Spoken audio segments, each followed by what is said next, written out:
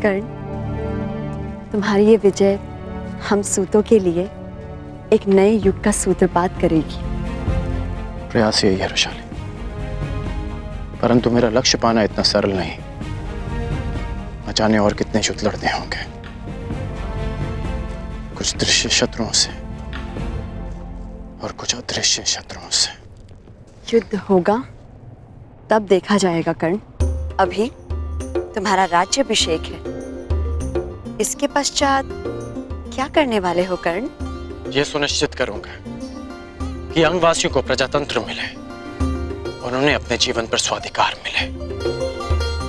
मैं अंग के विषय में नहीं कह रही हूं कर्ण, अपने विषय में कह रही हूं, हमारे विषय में। हम तो साथी हैं और भविष्य के विषय में भविष्य में विचार करेंगे। विचार करने में ज्यादा समय ना लेना अंगराज।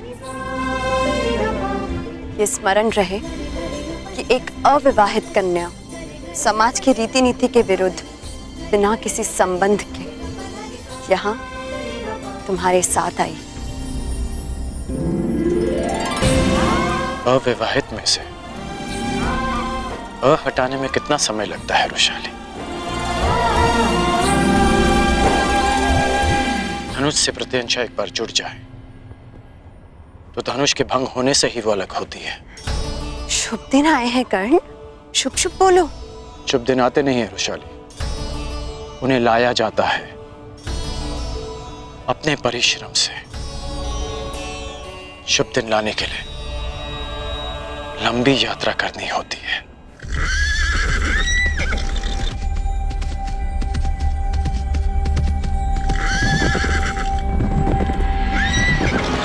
अंगराज कर्ण की, अंगराज कर्ण की, अंगराज कर्ण की, अंगराज कर्ण की, अंगराज कर्ण की, अंगराज कर्ण की, अंगराज कर्ण की, अंगराज कर्ण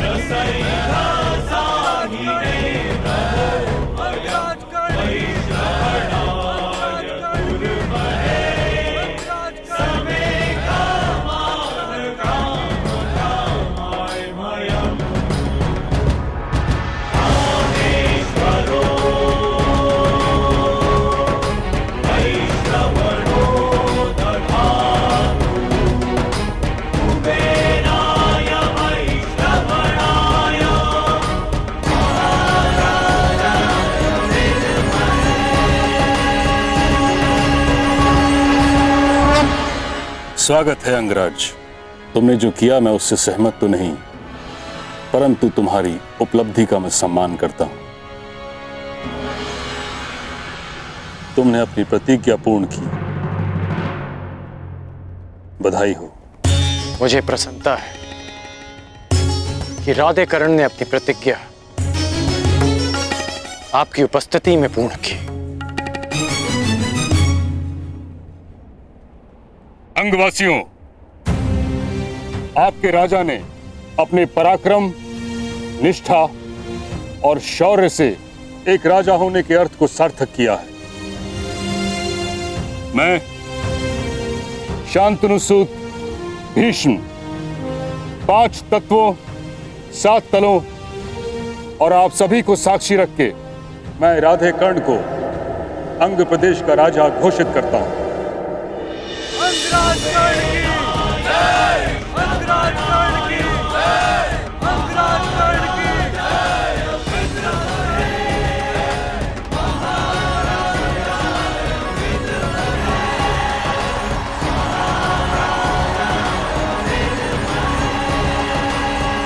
अंगराज कर्ण की।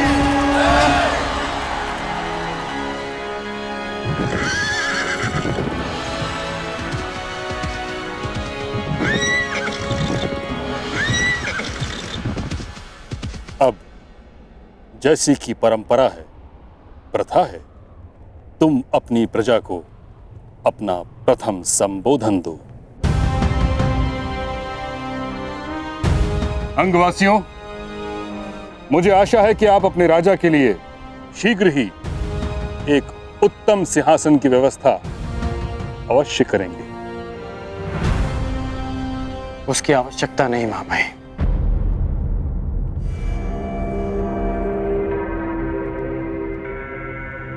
अंगराज कर्ण की अंगराज कर्ण की अंगराज कर्ण की अंगराज कर्ण की।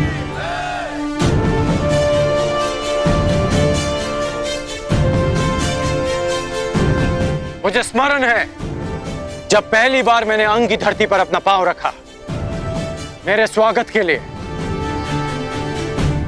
आप लोगों ने कंटकों का सिंहासन बनाया था, परंतु इस बात का मुझे शोभ नहीं, क्योंकि जिसके पास जो देने को होता है वो वही देता है। और मैं वचन देता हूं कि आपके जीवन से हर कंटक, हर पीड़ा को दूर कर दूंगा, ताकि फिर आपको कंटकों का सिंहासन ना बनाना पड़े। अंगराज कर्ण की अंगराज कर्ण की। आज अंग स्वतंत्र हुआ है मित्रों, लेकिन स्वतंत्रता लक्ष्य नहीं, एक मार्ग है जिस पर चलकर हमको विकास और समानता का लक्ष्य प्राप्त करना है। मैंने एक परिवर्तन का स्वप्न देखा है, परंतु स्वप्न में दिखी समृद्धि आंख खोलते ही अदृश्य हो जाती है। भले ही स्वप्न में कितनी नदियां देख लें, परंतु आंख खोलने के पश्चात वो प्यास शांत नहीं कर पाती। इसलिए स्वप्न देखो, परंतु जागते ही उस स्वप्न को पूरा करने में जुट जाओ। अपने लक्ष्य की ओर आगे बढ़ो। अंगराज कर्ण की अंगराज कर्ण की अंगराज कर्ण की। मुझे भले ही अंगराज की पदवी मिल गई हो, परंतु मैं आज भी सूत पुत्र राधे कर्ण हूं। वो राधे कर्ण जिसे योग्यता के अनुकूल भी सम्मान नहीं मिला।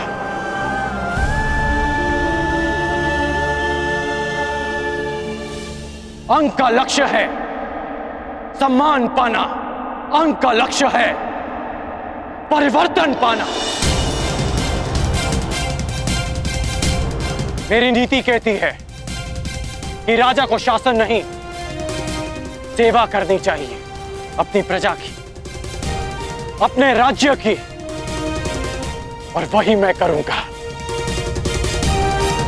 मैं आपको स्वतंत्रता देता हूं कि आप अपना भविष्य स्वयं चुन सकते हैं। अब से जन्म के आधार पर नहीं, कर्म के आधार पर वर्ण निश्चित किया जाएगा। कर्ण, तुम्हें भान भी है कि तुम क्या कह रहे हो? यह असंभव है। क्यों? मैं अंग का शासक हूं, मैं अपनी प्रजा के लिए कोई भी घोषणा कर सकता हूं। तुम्हारा प्रशासन हस्तिनापुर के शासन के अंतर्गत आता है। किसी भी नीति या नियम में परिवर्तन हस्तिनापुर की अनुमति के बिना नहीं किया जा सकता। बस मेरे मित्र कुमार दुर्योधन के युवराज बनने का विलंब है मामाई। हस्तिनापुर निश्चित रूप से इस नीति की अनुमति देगा।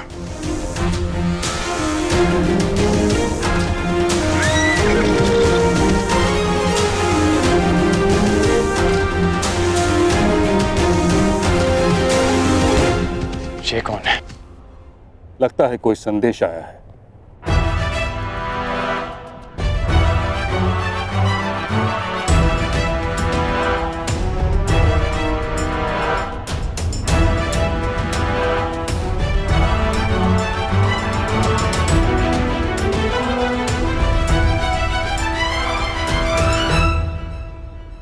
हस्तिनापुर को अपना युवराज मिल चुका है कर्ण।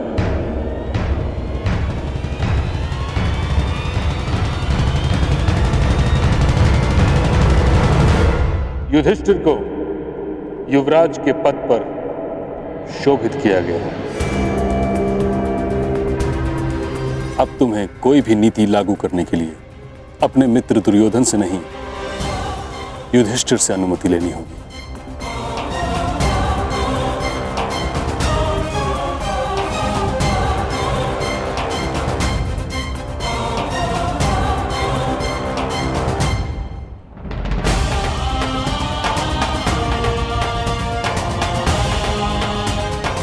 मेरी प्रजा मुझे अनुमति दे चुकी है मां महिम।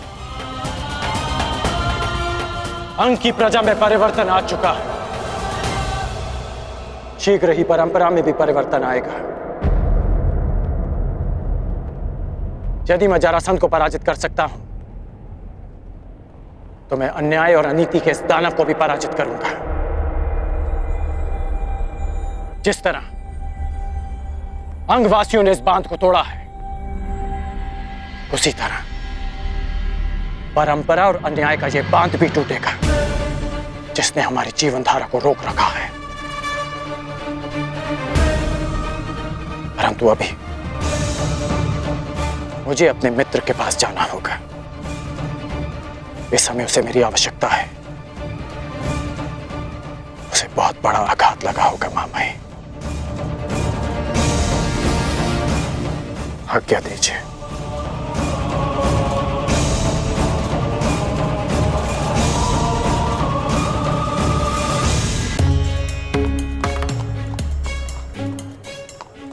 महीनों पश्चात भुगत ग्राम में आया वृषाली।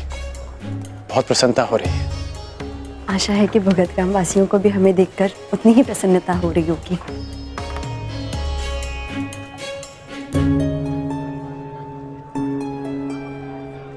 कुछ तो हुआ है यहाँ पे।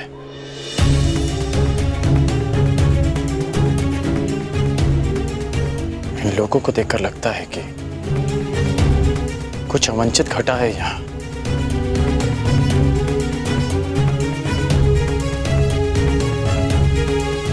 नहीं कर्ण, ऐसा कुछ नहीं है।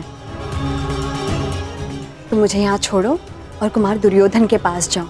इस समय उन्हें तुम्हारी आवश्यकता है। वृषाली, यहाँ की जो भी समस्या है उसका हल तुम लौटकर भी निकाल सकते हो कर्ण, परंतु इस समय तुम्हारा कुमार दुर्योधन के साथ होना अधिक आवश्यक है। ठीक है वृषाली, मैं शीघ्र लौट कर आता हूँ। तुम ध्यान रखना।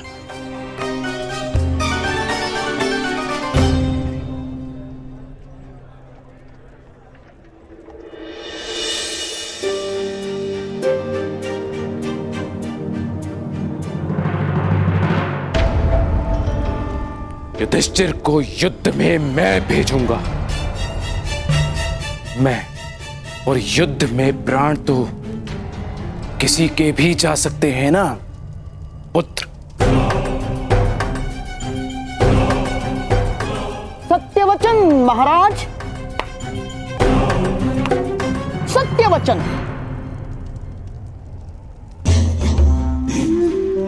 परंतु प्रश्न ये उठता है कि महाबली भीष्म और अर्जुन के होते हस्तिनापुर पर आक्रमण करने का साहस कौन करेगा महाराज? कब होगा युद्ध और कब उस युधिष्ठिर के प्राण जाएंगे महाराज? कब? और तब तक क्या मेरा होने वाला सम्राट प्रतीक्षा करेगा महाराज? जैसे आपने की वर्षों तक। कहना क्या चाहते हो शकुनी? यही मोती चाहिए तो सागर में गोता लगाना पड़ेगा, और युवराज पद चाहिए तो नियति के चक्र की प्रतीक्षा नहीं, तो षड्यंत्र का कुचक्र रचना होगा महाराज। और यही कूटनीति है, कूटनीति।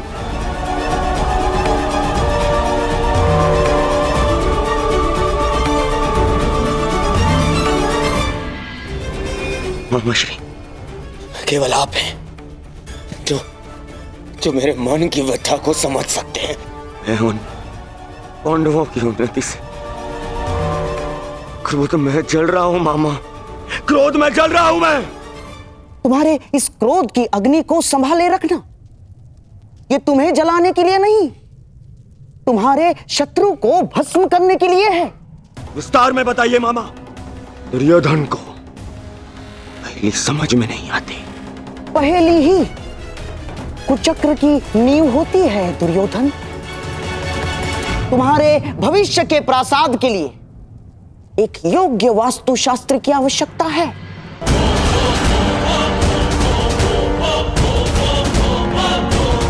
तुमने कभी पुरोचन का नाम सुना है?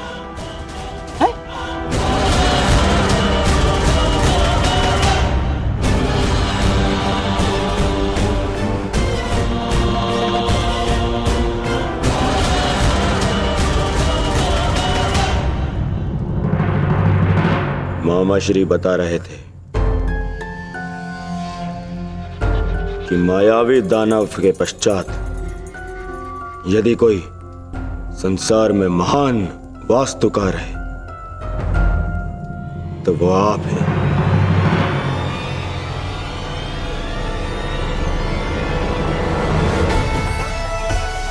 परंतु क्या ये कार्य आप कर पाएंगे पुरोचन?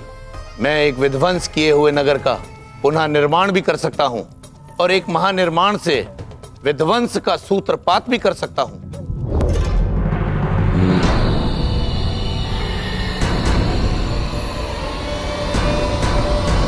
तो कब से ये कार्य आरंभ होगा? समझिए प्रारंभ हो गया इस विध्वंसक निर्माण का।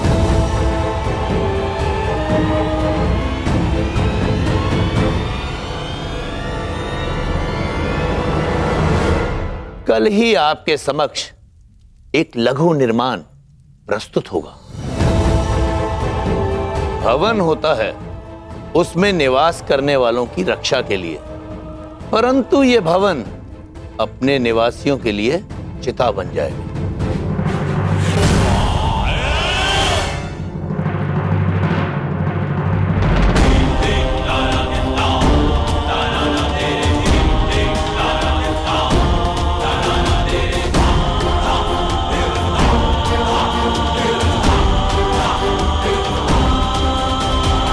आश का गुण होता है ये जलता है और बुझ जाता है, परंतु लाख का ये गुण होता है कि ये जब तक जलता है जब तक जलने वाला भस्म न हो जाए। और ये भवन संपूर्ण लाख का बना होगा और ये होगा आपका लाक्षागृह। परंतु स्मरण रहे, इस लाक्ष्य ग्रह के भीतर स्थित मेरे हर एक शत्रु का भस्म भी नहीं मिलना चाहिए। मुझे मेरे हर एक शत्रु का विनाश चाहिए। विनाश।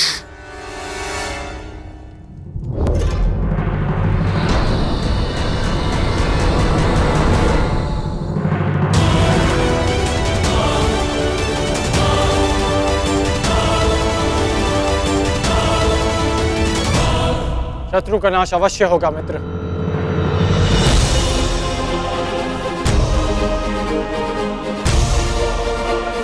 अभी चलकर शत्रुओं को चुनौती देते हैं। आज्ञा दीजिए।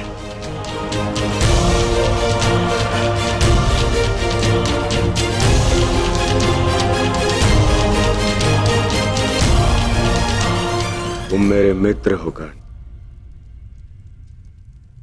और मित्र हाथ नहीं जोड़ते, गले लगते हैं।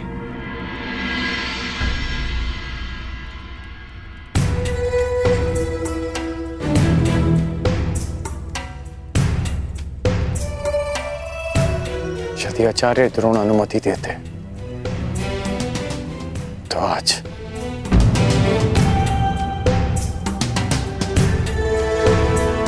जानता हूं, यदि आचार्य द्रोण ने तुम्हें मेरे साथ में युद्ध में भेजा होता तो मेरे शत्रु मेरे सेवक होते आज। तो अभी चलकर उन्हें पराजित करते हैं।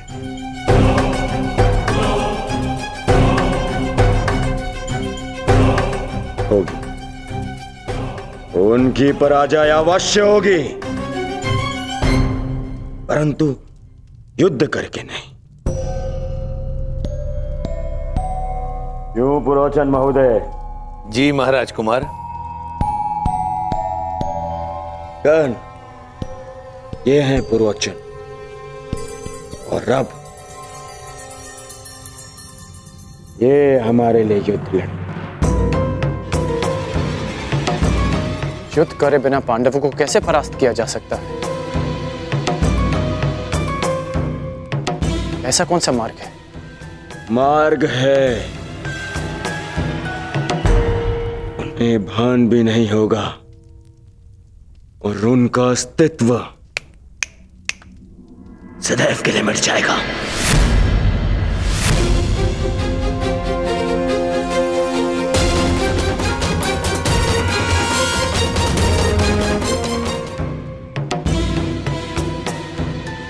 ऐसा कौन सा मार्ग है? मार्ग है, उन्हें भान भी नहीं होगा और उनका अस्तित्व सदैव के लिए मिट जाएगा।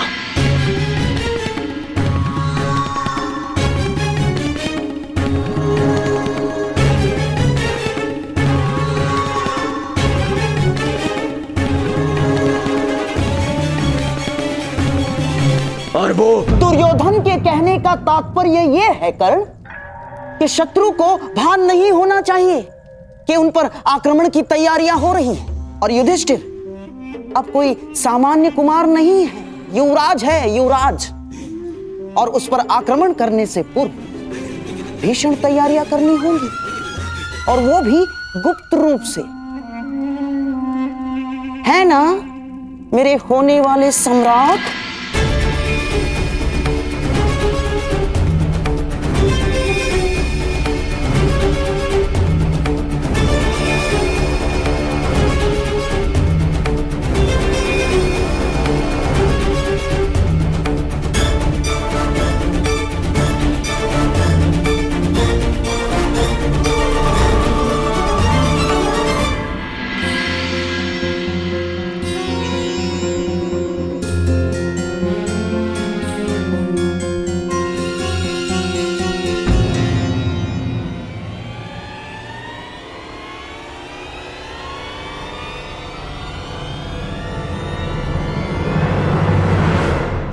गुप्त रूप से क्यों? तुम तैयार हो, मैं प्रस्तुत हूं, और अब तो मगध नरेश भी एक पुकार में सहायता के लिए प्रस्तुत हो जाएंगे मित्र। हाँ मित्र, जरासंध विजय पर मैं तुम्हें बधाई देना तो भूल ही गया। अद्भुत, अद्भुत कर्ण। तुमने मगध नरेश को पराजित नहीं किया है, बल्कि दुर्योधन के विश्वास को जिताया है। ये मुकुट तुम पर बहुत शोभा देता है कर्ण। मित्र, मैं भी तुम्हारा हूं, ये मुकुट भी तुम्हारा है। ये मुकुट मेरे लिए महत्व नहीं रखता, मेरे लिए केवल एक बात महत्व रखती है, ये अति शीघ्र ही मेरा मित्र हस्तिनापुर के सिंहासन पर विराजमान हो।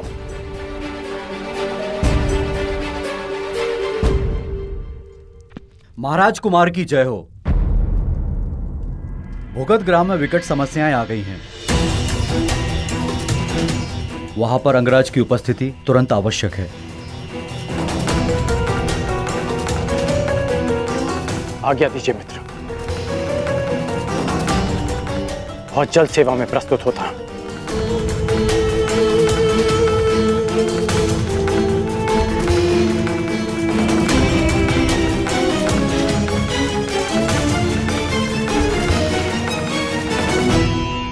क्या बात है मामा, क्यों रोका मुझे आपने?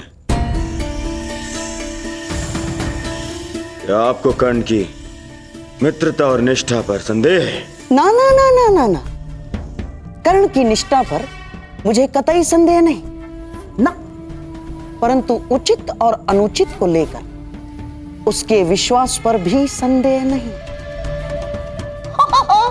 समझ गए? और हां, कर्ण को हम बुलाएंगे, अवश्य बुलाएंगे, किंतु तब जब हमें एक योद्धा की आवश्यकता होगी। हाँ, कर्ण केवल एक युद्ध का पासा है दुर्योधन, केवल युद्ध का पासा। षड्यंत्र के चौपट में उसका कोई स्थान नहीं ना, इसीलिए उसे इस योजना से दूर रखना ही श्रेयस्कर होगा। समझ गए? वाह मामा, वाह।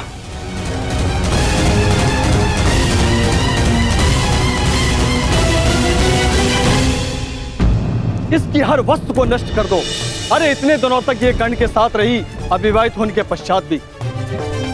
ये तो पाप है, ये पतिता है, इसलिए इससे जुड़ी हर वस्तु को आज हम इस अग्नि में भस्म कर देंगे। जला दो। और नहीं तो क्या, हमारी भी पुत्रियां हैं, और अगर इसे दंड नहीं दिया गया तो इन्हें भी अनुचित करने की प्रेरणा मिलेगी।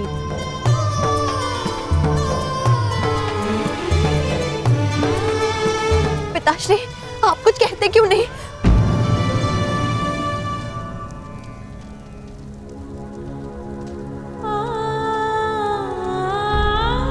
पिताश्री,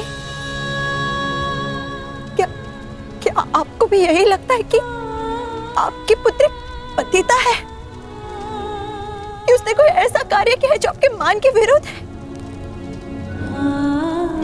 क्या आपको ऐसा लगता है पिताश्री कि आपकी पुत्री अपनी मर्यादा को पार कर सकती है?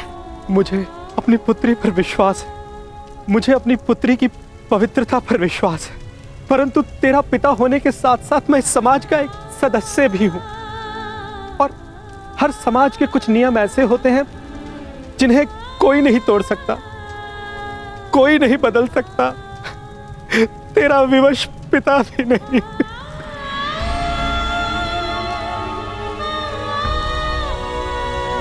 जला दो इसकी सारी वस्तुओं को और इसे इस भुगत ग्राम से बाहर निकाल दो। यहां पर इसके लिए कोई स्थान नहीं है।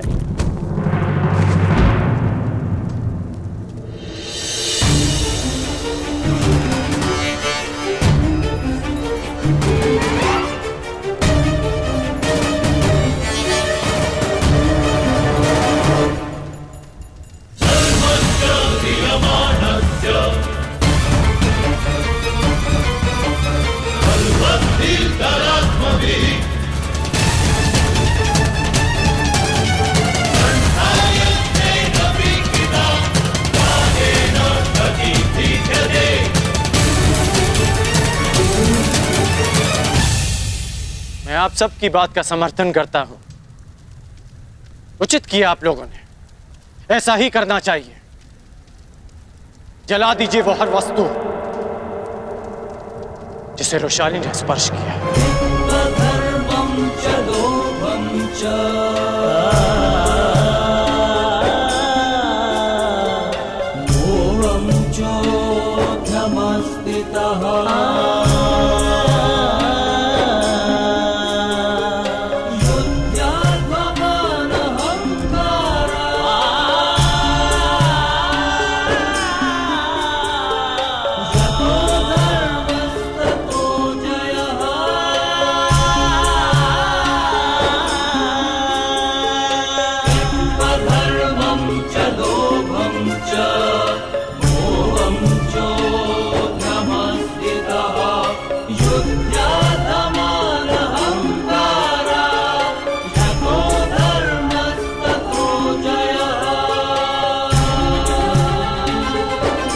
क्योंकि अपवित्र वस्तु को पवित्र करने का एक ही मार्ग है कि उसे पवित्र अग्नि में समर्पित कर देना चाहिए।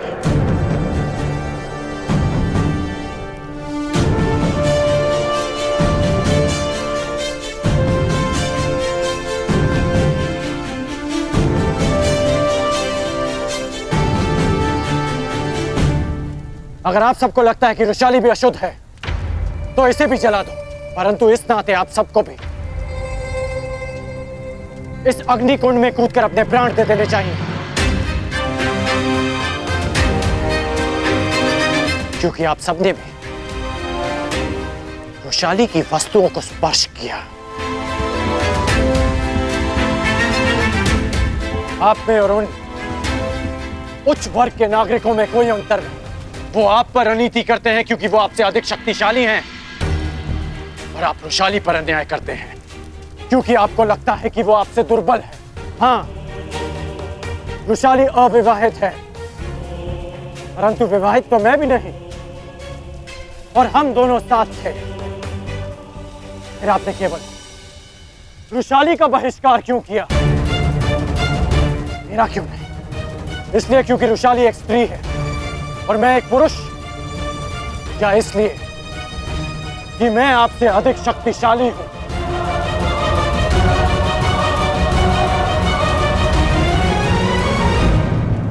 आपने कहा था कि आपकी भी पुत्रियां हैं, फिर आप ऐसे कैसे कर सकती हैं? भुगत ग्राम की हर पुत्री को वृषाली से प्रेरणा लेनी चाहिए कि उसने हम जैसों के उत्थान के लिए, हमारे सम्मान के लिए इस संघर्ष में हमारा साथ दिया। वृषाली के कारण भुगत ग्राम का अपमान नहीं, सम्मान बढ़ा है। आज मेरे मन में खेद है, खेद है कि हमारी दुर्दशा का कारण स्वयं हमारी अपनी सोच है।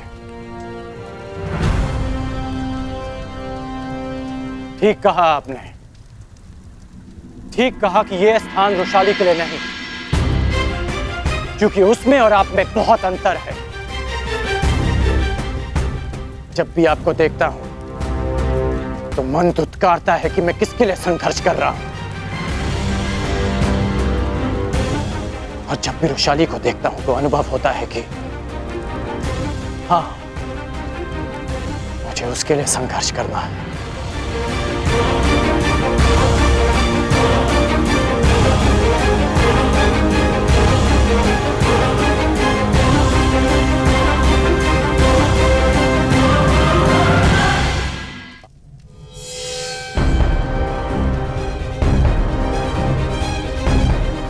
आप तो वृषाली के पिता हैं ना, फिर भी आपने उनका साथ दिया।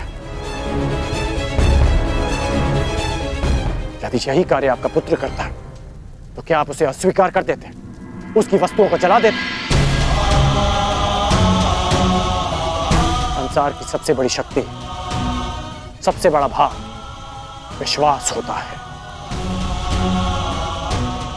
मैं रणभूमि में सफल हो पाया, मैं जरासंध को पराजित कर पाया, क्योंकि मेरे साथ मेरी माता का विश्वास था,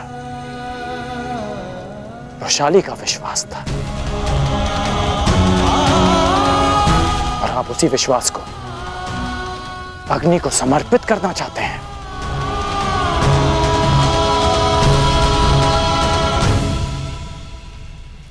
मुझे वृषाली पर विश्वास है, उसकी पवित्रता पर विश्वास है, उसकी महानता पर विश्वास है। कर्ण को स्त्री की शक्ति पर विश्वास है। वृषाली अब यहां नहीं रहेगी। वृषाली अब भुगत ग्राम में नहीं, अंग देश में रहेगी। वो अंग जो समानता में विश्वास करता है, वो अंग जो परिवर्तन का प्रयास करता है।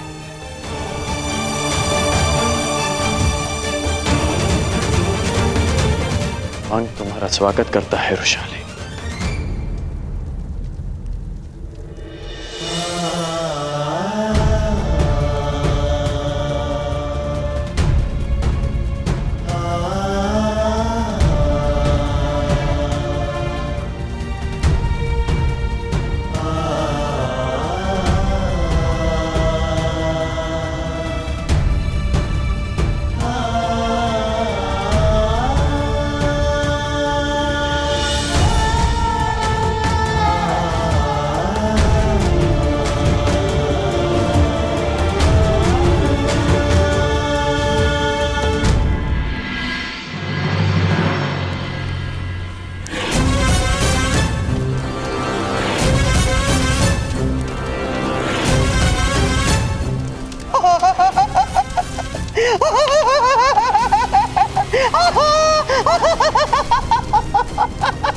अद्भुत, अद्भुत रोचन।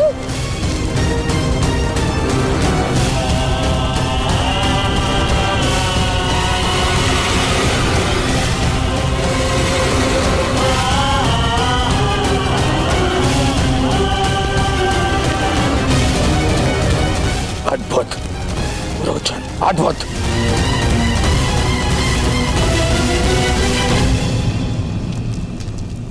परंतु क्या ये लक्ष्य ग्रह भी इसी लघु स्वरूप की तरह कार्य करेगा? निसंदेह महाराज, सर्प जितना सुंदर हो उतना अधिक विषैला होता है। इस लक्ष्य ग्रह की सुंदरता इतनी होगी कि आपके शत्रु इसमें रहने का मोह नहीं त्याग पाएंगे। कुछ त्यागेंगे तो अपने प्राण, क्योंकि इस लक्षाग्रह में लगी अग्नि का ताप असहनीय होगा। ज्वाला इतनी शीघ्रता से फैलेगी कि उन्हें बाहर निकलने का मार्ग नहीं सूझेगा। तो निर्माण प्रारंभ करो पुरोचन। जो आज्ञा राजकुमार।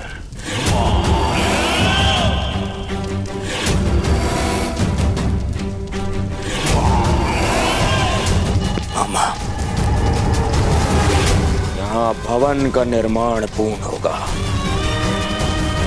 वहां पांडवों के निर्माण की तैयारी। सत्य वचन मेरे होने वाले सम्राट, सत्य वचन। परंतु जब तक पुरोचन भवन बनाएगा, तब तक क्या तुम स्वप्नों में ही व्यंजन पकाते और चखते रहोगे? मामा, आपका तात्पर्य क्या है? तात्पर्य तात्पर्य मार्ग में कांटे सबको मिलते हैं। एक मूर्ख यात्री केवल कांटों को झाड़कर आगे बढ़ जाता है,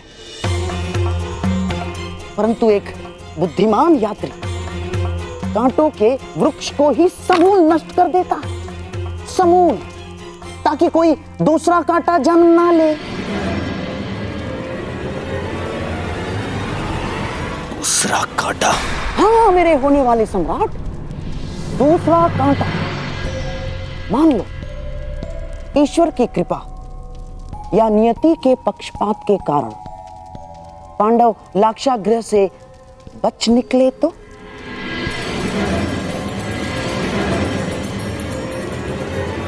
मैं क्या करूं मामा श्री?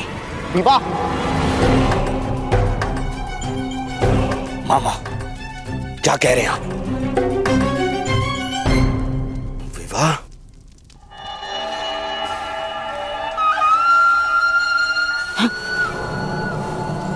विवाह, और वो भी युधिष्ठिर से पहले, ताकि कुरुवंश की अगली पीढ़ी में ज्येष्ठ पुत्र तुम्हारा ही हो। सोचो, यदि तुम्हारा जन्म पहले हुआ होता तो उत्तराधिकार में पांडवों का पक्ष शून्य होता। शून्य। पांडव नामक कांटे के वृक्ष से अगला शूल तुम्हें न चुभ जाए, इसलिए युधिष्ठिर से पहले तुम्हें विवाह करना ही होगा।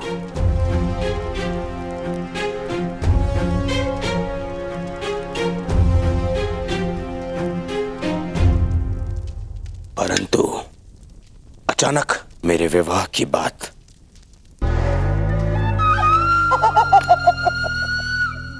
मामा श्री, राजनीति की चौसर पर अंतिम चाल क्या होगी, ये पहली चाल चलने से पूर्व ही सोच लेना चाहिए दुर्योधन। गुप्तचरों से सूचना प्राप्त हुई है कि कलिंग के कन्या के स्वयंवर का न्योता कल राज्यसभा में आने वाला है, और कलिंगवासी युद्ध कौशल के लिए विख्यात है। सोचो सोचो मेरे होने वाले सम्राट, सोचो। ऐसे कुल का जामाता कोई बनेगा तो उसकी शक्ति अपने आप ही बढ़ जाएगी, और युवराज होने के नाते युधिष्ठिर को स्वयंवर में जाने को कहा जाएगा। ऐसे में तुम्हें क्या करना है ये तुम भली भांति जानते हो मेरे होने वाले सम्राट।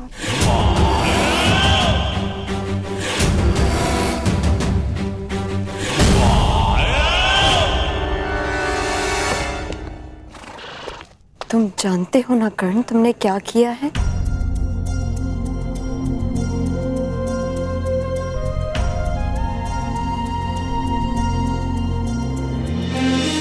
अग्नि को साक्षी मानकर तुम मुझे मेरे घर से अपने घर ले जा रहे हो। जानते हो ना इसका अर्थ?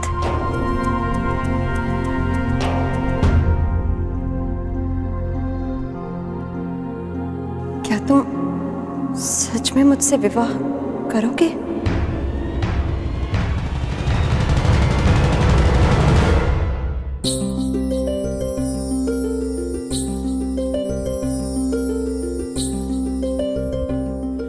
अपना हाथ आगे बढ़ा।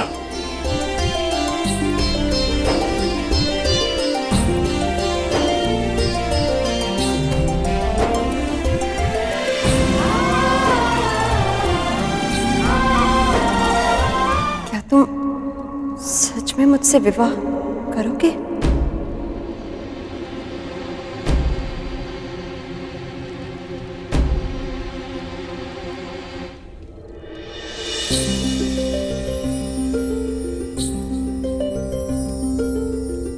अपना हाथ आगे बढ़ा।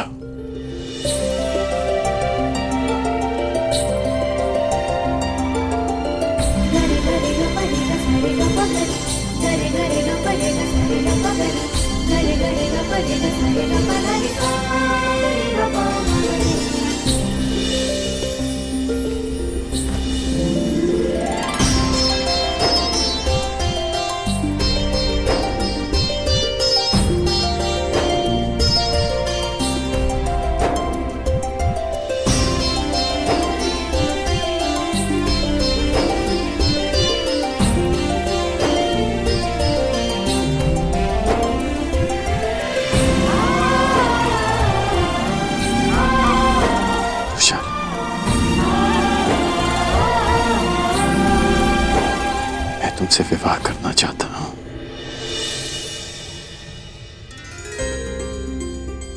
क्या तुम मुझसे विवाह करोगी?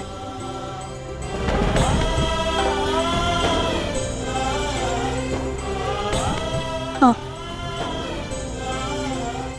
वृषाली राधे कर्ण से विवाह करेगी।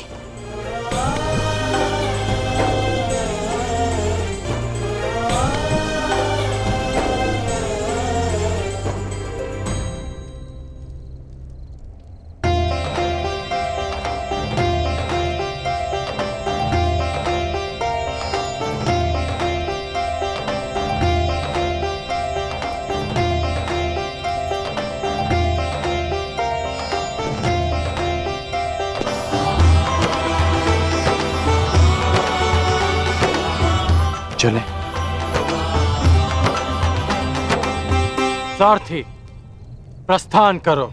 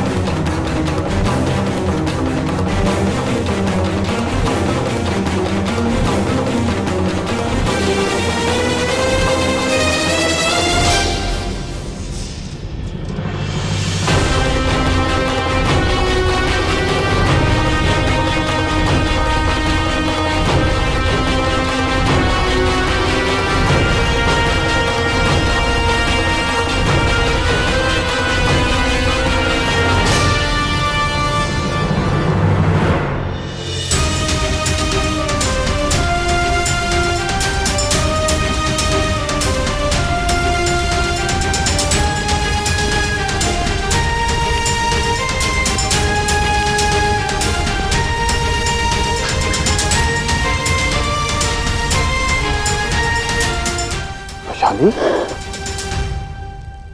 क्या हुआ?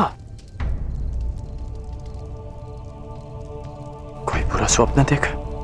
हाँ कर्ण, बहुत ही भयानक स्वप्न था। मैंने देखा कि तुम विवाह की पोशाक में किसी स्त्री के साथ रथ पर सवार हो और मैं सारथी बनकर रथ की भागडोर संभाले हूँ। ऐसे स्वप्न कैसे आ सकते हैं मुझे? तुम स्वप्न में भी किसी और स्त्री के साथ कैसे विवाह कर सकते हो? स्वप्न तुम्हारा और आरोप मुझ पर। छेड़ो मत मुझे कर्ण, मैं बहुत भयभीत हूँ। मैंने सुना है कि स्वप्न भविष्य का संकेत होते हैं। मुझे ऐसा स्वप्न क्यों आया? कहीं यही मेरा भविष्य तो नहीं? शांत हो जाओ वैशाली, शांत हो जाओ। अच्छा बताओ कि तुम्हारे स्वप्न में तुमने उस स्त्री का मुख देखा?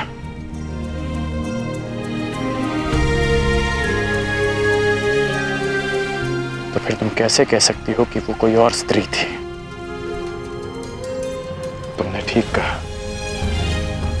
कि स्वप्न भविष्य का संकेत होता है। यदि हम जीवन को रथ मानकर चलें, तो ये स्वप्न संकेत कर रहा है कि इस राधेकरण की जीवन संगनी भी तुम हो और सारथी भी तुम। जिस पुरुष की पत्नी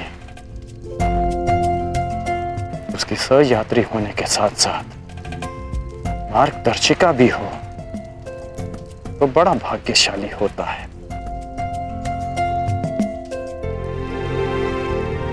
मैं बहुत भाग्यशाली हूं रुशाली।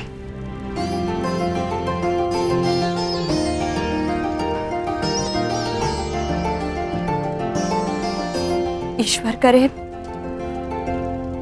इस स्वप्न का संकेत वही हो जो तुमने समझाया, वो नहीं जो मैंने समझा। आज के लिए पर्याप्त समझ लिया रुशाली। अब भोजन कर लेते हैं ताकि भोर तक अंग पहुंच सके।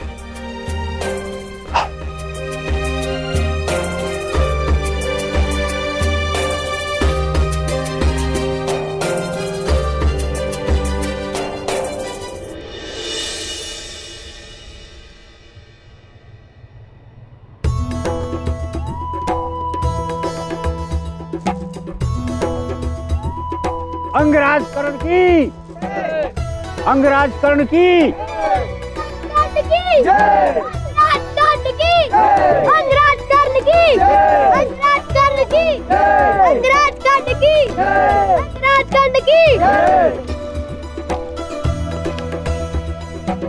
अंग अपने राजा का स्वागत करता है। आप अति शीघ्र लौट आए अंगराज। हाँ, क्योंकि आप सबको शुभ सूचना देनी थी। मैंने विवाह करने का निश्चय कर लिया।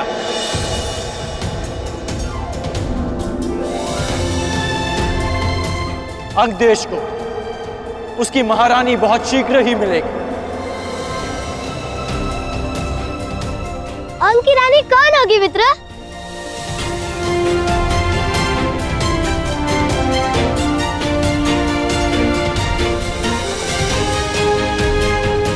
वो शीघ्र ही यहां आएंगी मित्र, स्वयं देख लेना।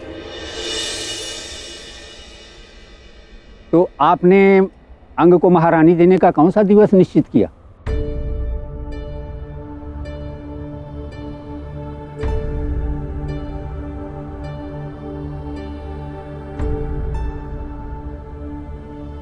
पूर्णिमा से अगले दिवस प्रतिपद को विवाह होगा।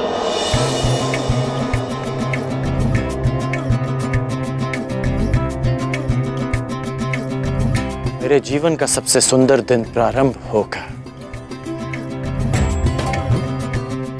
तो दिवस तो अति अल्प रह गए हैं। मित्रों, चलो अपने राजा के विवाह की तैयारियां शुरू की जाएं। चलो चलो चलो।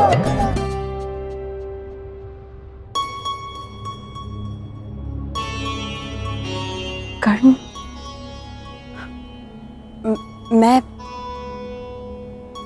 मैं सोच रही थी कि बिना माता पिता के विवाह, तुम समझ रहे हो ना मैं क्या कह रही हूँ?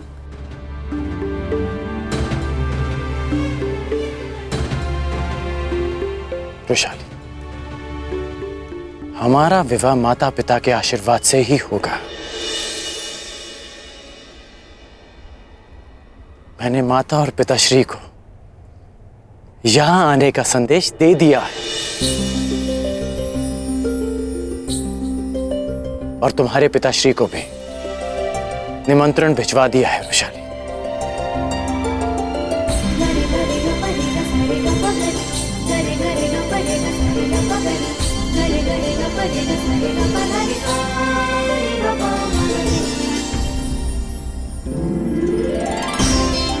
कन्या की आंखों में अश्रु विदाई के समय आने चाहिए,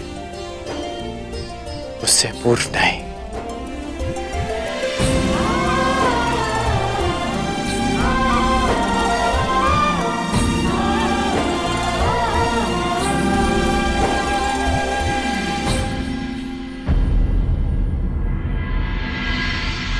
तो तुम भी स्वयंवर में जाना चाहते हो पुत्र? हाँ पिताश्री।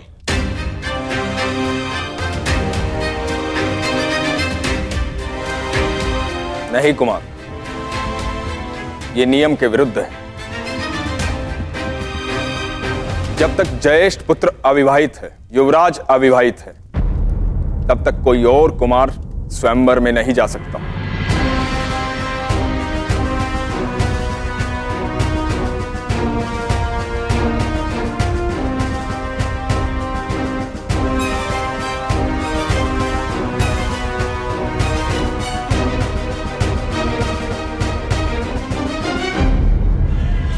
युवराज अविवाहित है, तब तक कोई और कुमार स्वयंवर में नहीं जा सकता। विदुर महोदय, ये कौन सा नियम है कि एक पुत्र अपने पिता से मन की बात भी ना कह सके? और रही बात राजनियम की, तो सम्राट राजनियम बनाते हैं, वो स्वयं उसके अधीन नहीं होते। उनकी कही हर बात अघोषित नियम है। और अकारण विवाद क्यों करना है दुर्योधन? ना बात यदि युवराज की है तो उन्हीं से पूछ लेते हैं। क्यों युवराज युधिष्ठिर? जहां तक मैं समझता हूं, आप अपने अनुज का यह निवेदन अस्वीकार नहीं करेंगे।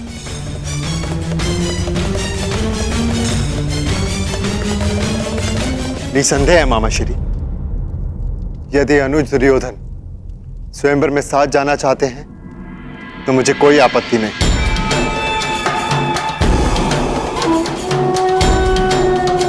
उन्हें अपने साथ ले जाकर मुझे प्रसन्नता होगी।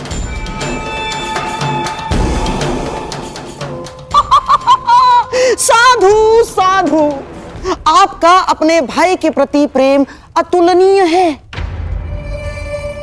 लीजिए महामंत्री विदुर, हो गया विवाद का निवारण।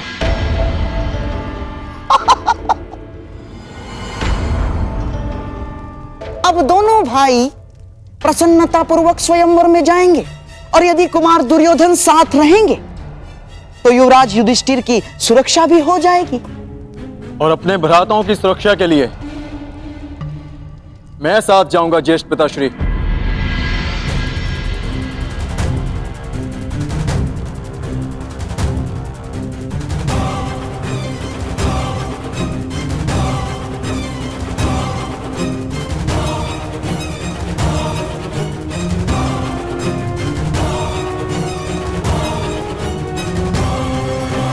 अपने भ्राताओं की सुरक्षा के लिए मैं साथ जाऊंगा ज्येष्ठ पिताश्री।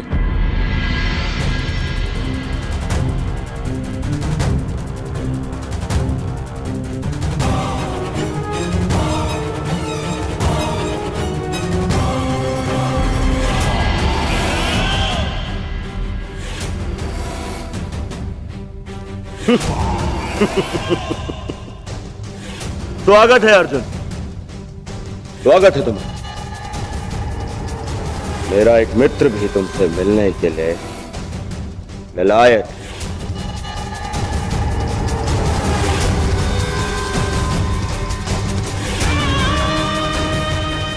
विशेषता इस हस्तिनापुर के बाहर, वो भी हमारे साथ चलेगा।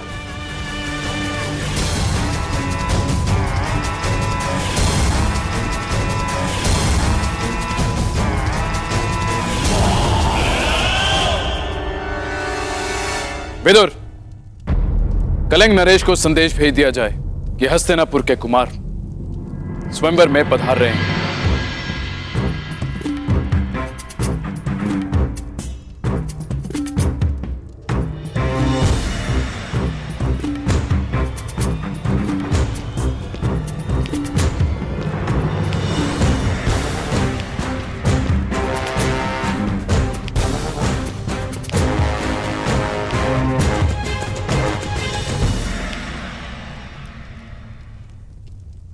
मामा, आपने कहा था ना कि कर्ण युद्ध का पासा है, षड्यंत्र का नहीं। हाँ। तो अब इस पासे को अंग से बुलाने का समय आ गया है।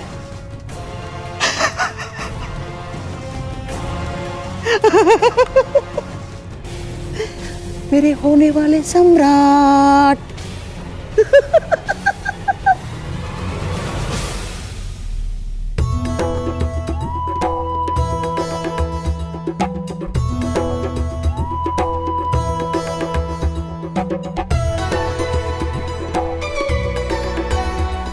देख रहे हो कर, कितने सुंदर फूल है ना।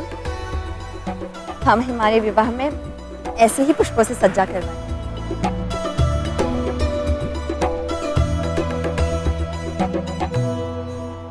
क्या सोच रहे हो? सोच रहा हूं कि माता और पिताश्री शीघ्र ही आते होंगे। मेरे पिताश्री आएंगे या नहीं ज्ञात नहीं।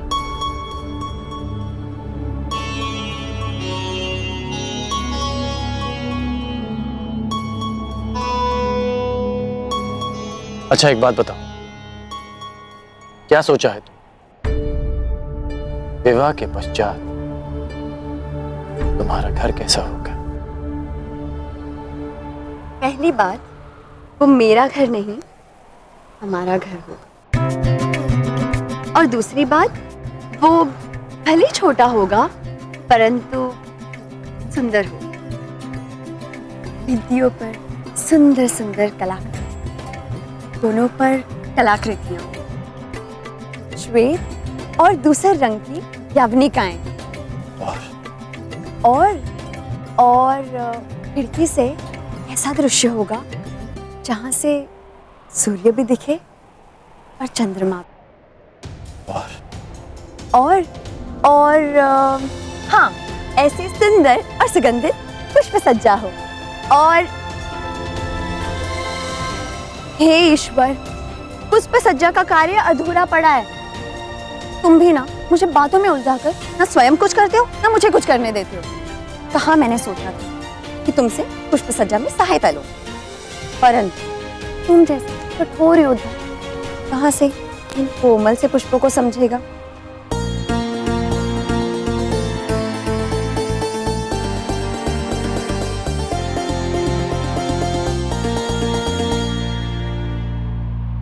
तुम्हारे साथ रह रहकर समझ गया।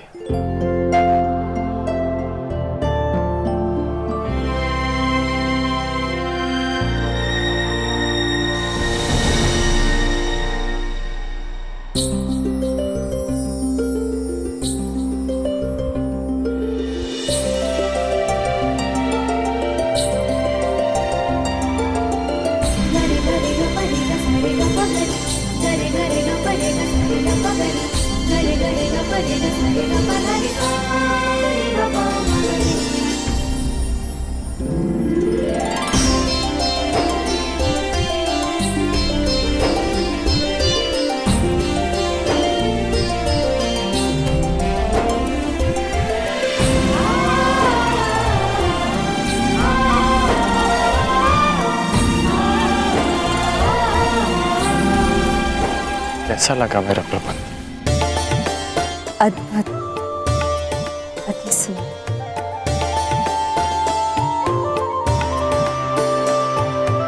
हमारा प्रेम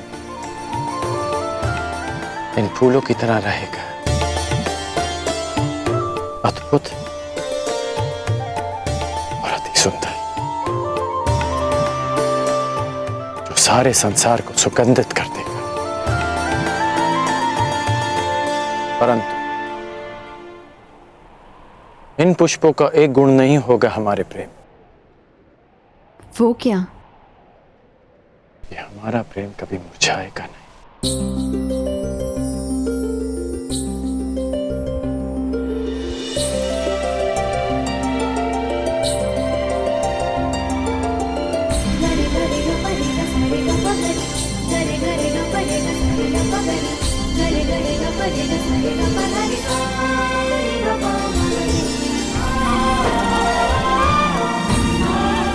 इन फूलों की तरह रहेगा, अद्भुत और अति सुंदर। परंतु इन पुष्पों का एक गुण नहीं होगा हमारे प्रेम। वो क्या? ये हमारा प्रेम कभी मुरझाएगा नहीं।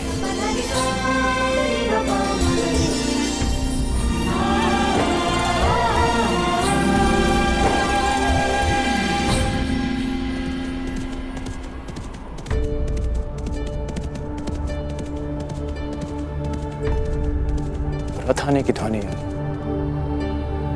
प्रतीत होता है काका काकी आ गए। कदाचित मेरे बाबा भी।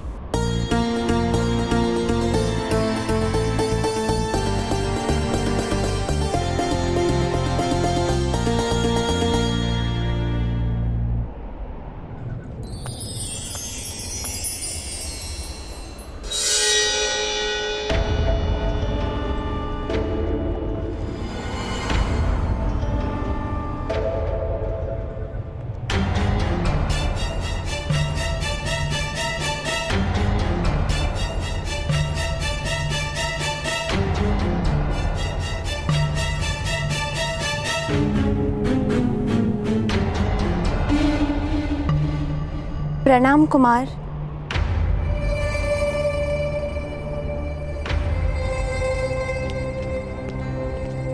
मित्र दुर्योधन, यहाँ अचानक?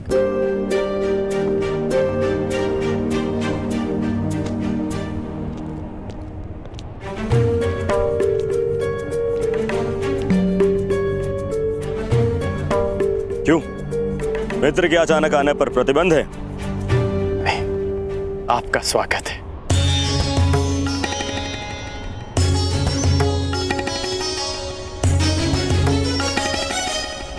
कैसे हो मित्र? आश्चर्यचकित हूं। आने का संदेश तो दिया होता मित्र, कम से कम स्वागत का प्रबंध तो कर लेता। स्वागत के समय नहीं है मित्र, हमें अभी और इसी समय कलिंग की ओर प्रस्थान करना है। चलो। अचानक कलिंग?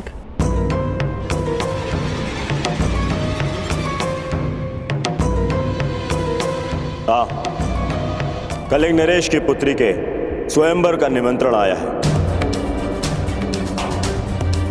कदाचित तुम्हारे सहायता की आवश्यकता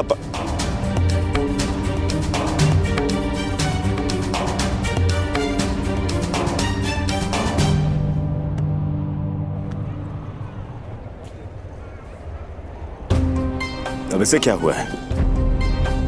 तो वृषाली और मेरा विवाह होने वाला है। तुम्हें भी निमंत्रण भिजवाया है मित्र। विवाह? कब है विवाह? पूर्णिमा के अगले दिन।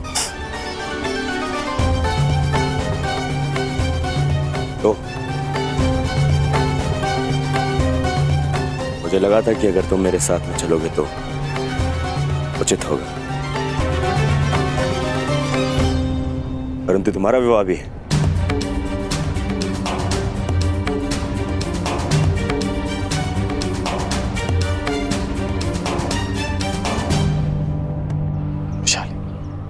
पूर्णिमा आने में सप्ताह भर शेष है, तब तक मैं लौट आऊंगा।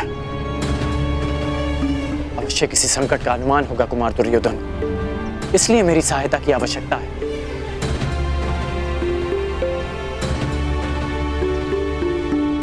समझने का प्रयास करो वृषाली, मैं कुमार दुर्योधन का ऋणी हूं। उन्होंने मेरा लक्ष्य प्राप्त करने में मेरी बहुत सहायता की और आज उन्हें सहायता की आवश्यकता है।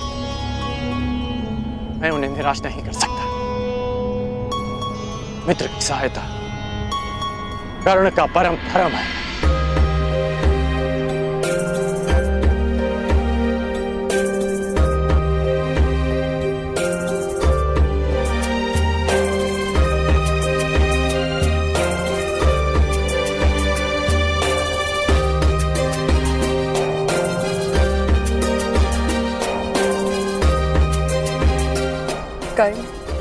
और कर्तव्य दोनों की राशि एक ही है राधे। जिसके साथ जीवन के मार्ग पर चलना है, उसके कर्तव्य के मार्ग पर बाधा नहीं बनेगी ये वृषाली। मैं प्रतीक्षा करूंगी कल पूर्णिमा से पहले लौट आऊं। और हाँ, स्वयंवर में सम्मिलित होने जा रही हूं। अकेले ही लौट,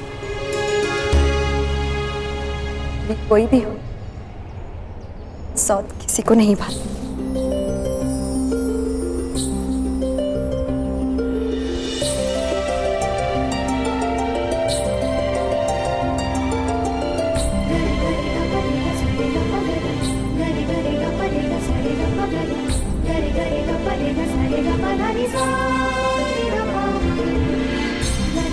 कर्ण और कर्तव्य की राशि एक,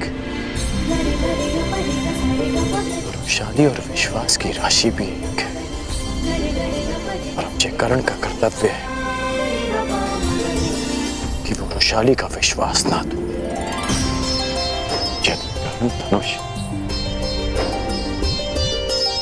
तो वृषाली उसकी प्रतिज्ञा, ये साथ कभी नहीं छूटेगा। जानती हूँ कर तुम जा,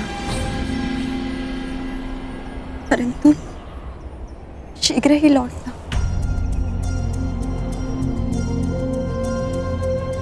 क्योंकि ये प्रेम बड़ा विचित्र है। चंद्रमा घटता भी है, बढ़ता भी है, परंतु प्रेम में प्रतीक्षा और शंका केवल बढ़ती है। पूर्णिमा तक लौट आना कर, इस प्रतीक्षा को अमावस्या की अंतिम रात न बना दे। इस राधे कर्ण का विवाह पूर्णिमा के अगले दिवस ही होगा, ये मेरा वचन है।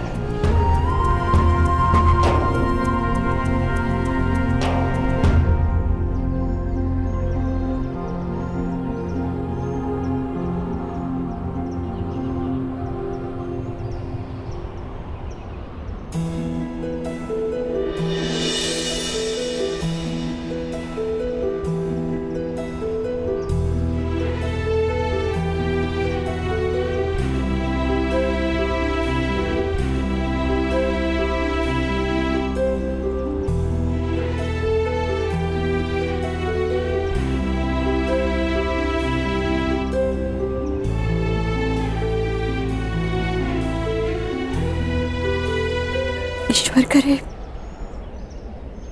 मेरा स्वप्न सत्य सिद्ध ना हो।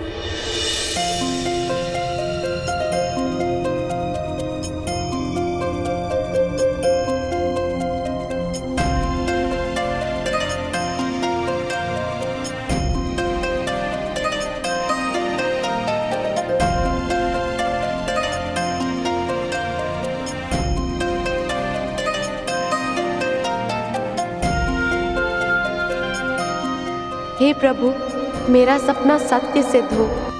सुप्रिया,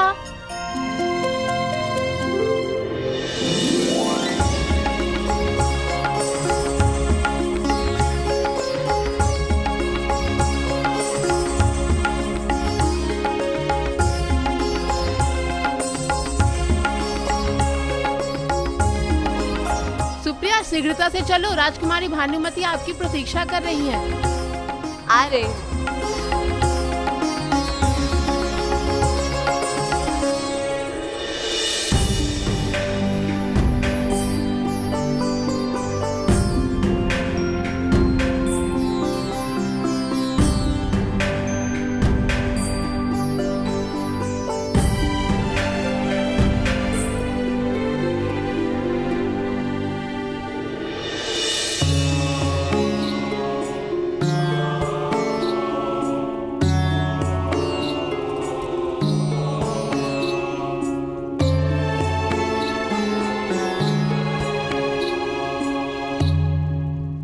रहने दो, तुमसे नहीं होगा। सुप्रिया के अतिरिक्त कोई भी हमारी रूप सज्जा ठीक से नहीं कर सकता। कहाँ है सुप्रिया? यही हूँ सखी।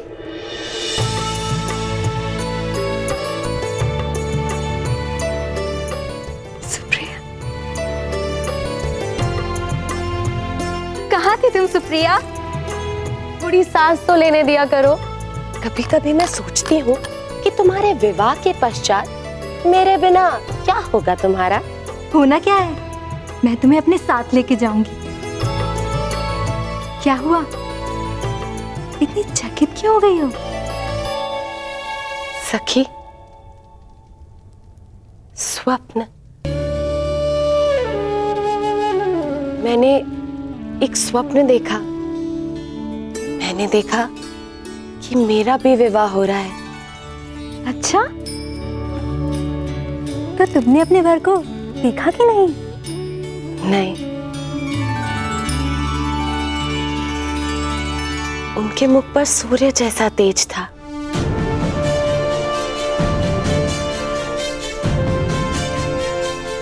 मैं स्वप्न में भी उनके समक्ष अपनी आंखें खोल ही नहीं पाई।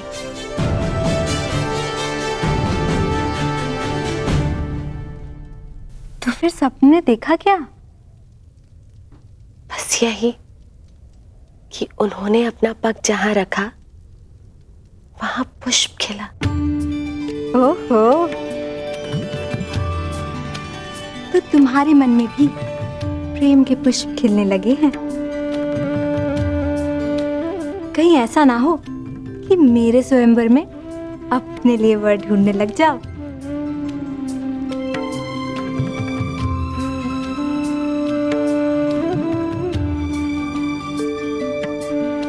और भानुमति नाम का ये पुष्प कहीं बिना खिले ना रह जाए। अरे, हंस क्या रही हो? सोचो, स्वयंवर में अगर तुम्हारा सपना साकार हो गया तो? कहीं तुम्हें वर भा गया तो? तो क्या, मैं तुमसे तुम्हारी वरमाला छीनकर उस सूर्य के गले में डाल दूंगी।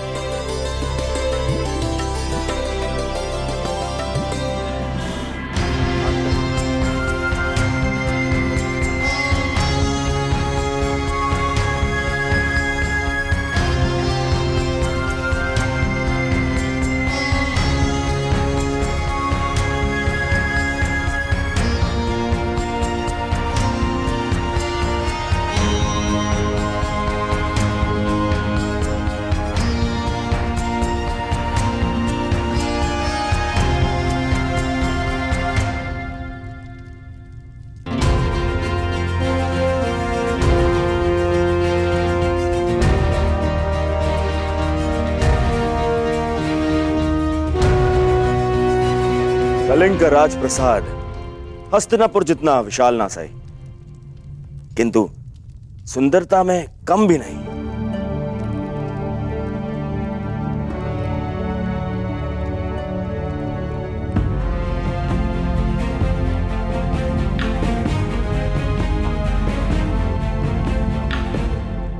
अनुज दुर्योधन,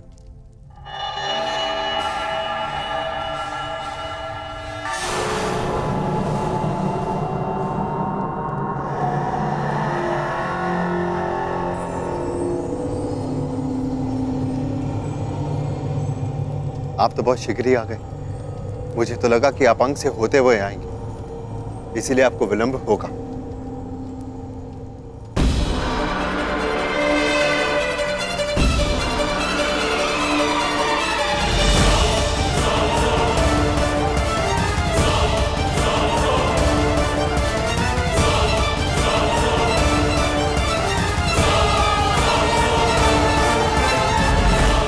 शीघ्रता तो आपने दिखाई है युवराज। बड़ी ग्लानि होती है मुझे जब मैं सोचता हूं कि इस महान भारत युग को युधिष्ठिर जैसा युवराज मिला।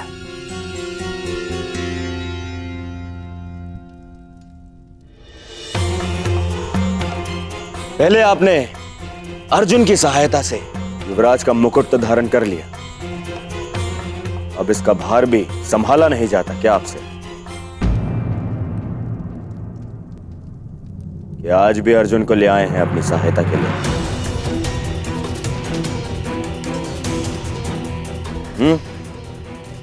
मैं यहां भ्राता युधिष्ठिर के लिए नहीं, आपके लिए आया हूं दुर्योधन। कहीं पांचाल नरेश की भांति यहां आपको किसी ने बंदी बना लिया तो आपको छुड़वा तो सकूं। आज यह आचार्य द्रोण की बनाई हुई सीमा नहीं है अर्जुन।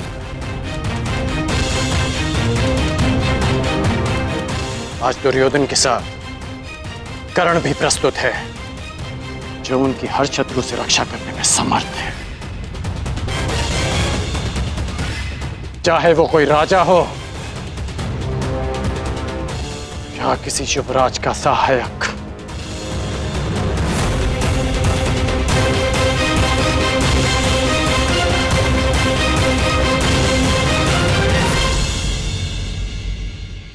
तो क्यों ना अधूरा द्वंद्व यहीं पूरा कर लिया जाए कर्ण। ना ये रंगभूमि है ना ये रणभूमि है। मैं यहां तुमसे द्वंद्व नहीं करने आया अर्जुन, मैं यहां अपने मित्र की सहायता करने आया हूं।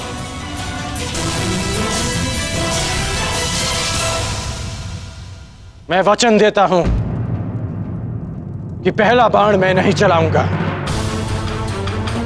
परंतु यदि किसी और ने आक्रमण किया तो उस युद्ध को अंत करने का अंतिम बाण मेरा होगा।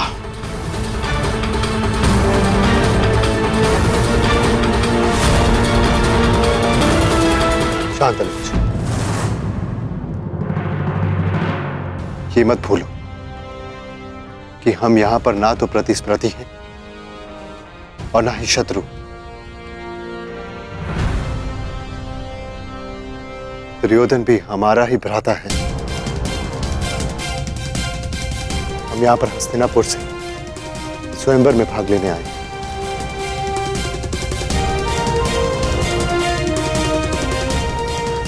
अनुज दुर्योधन, हम यहां से हस्तिनापुर की राजवधु लेके जाने आए हैं। इसीलिए इससे कोई अंतर नहीं पड़ता कि वरन आपका हो या मेरा।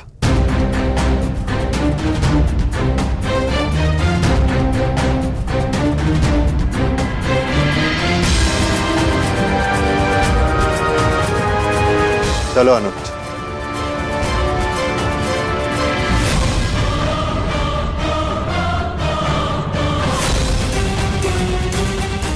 चलो।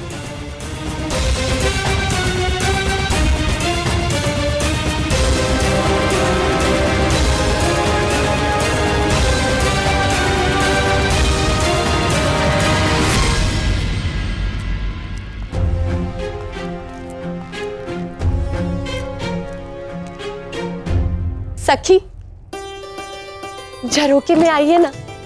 यहाँ से स्वयंवर में आए सभी राजा और राजकुमार दिखाई दे रहे हैं। चलिए।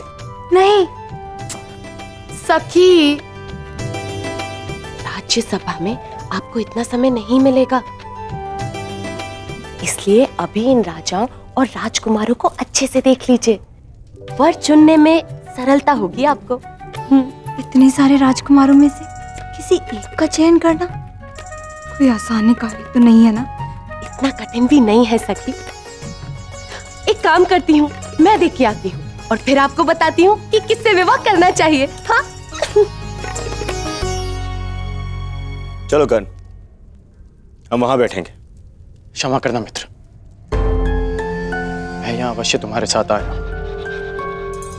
परंतु मैं स्वयंवर में भाग नहीं ले सकता। यह स्थान तुम्हारे लिए है। तो तुम क्या करोगे? मेरा कार्य तुम्हारी रक्षा करना है। मैं इस महल का निरीक्षण कर आता हूं।